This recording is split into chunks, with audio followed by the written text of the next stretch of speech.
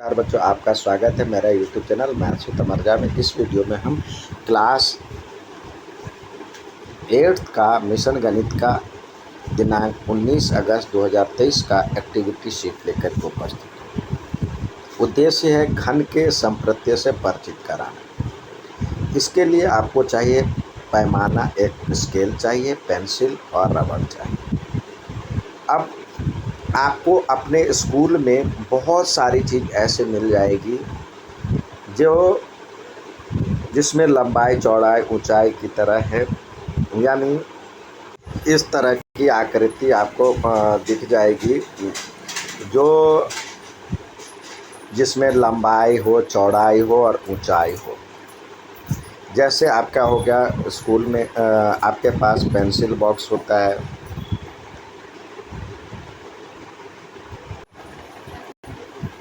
Pencil box होगा। इसके बाद आपका टिफ़िन बॉक्स होगा, इस शेप में भी होगा, लंच बॉक्स।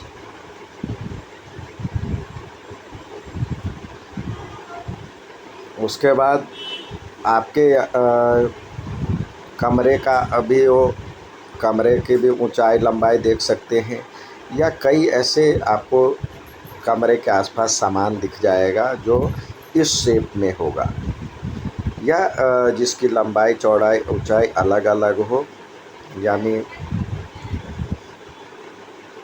इस शेप में हो जाएगा, इसको कहते हैं, और या फिर इस शेप में होगा। अब इसमें अंतर क्या है, तो कह रहा है जो कि इसमें आपको खुद करना है। अवलोकन की गई वस्तु की आकृति देखें तो अब यदि जिसमें लंबाई चौड़ाई और ऊंचाई तीनों एक जैसा होगा, जितना लंबाई होगा उतना ही चौड़ाई होगा,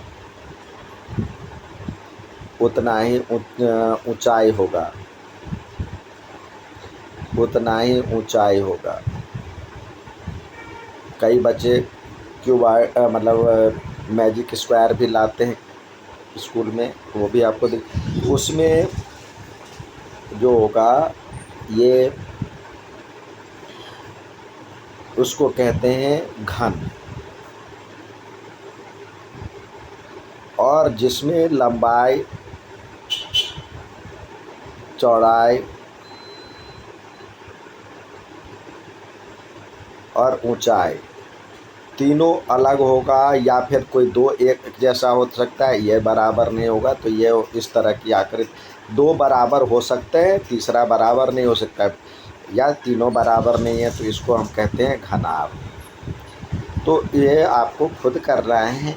आप अवलोकन कीजिए, कोई भी वस्तु लीजिए, उसकी आकृति देखें, घन या घनाभ होगा, उसकी लंबाई देखें, चौड़ाई देखें और ऊंचाई देखें। फिर देखेंगे यदि तीनों एक जैसा हो गया तो ये घन कहलाएगा। और इसी तरह बहुत सारे वस्तु आपको दिख जाएगी। तो इसमें कह रहा है जो कि जिन वस्तुओं में तीनों आयाम लंबाई चौड़ाई और ऊंचाई बराबर हो वो घन कहलाते हैं। आप घन और घनाव के कुछ आकृति आपको अपने आसपास दिख जाएगी। उम्मीद है समझ में आएगा। अच्छा लगे तो लाइक और सब्सक्राइब ज़रूर करें। धन्यवाद।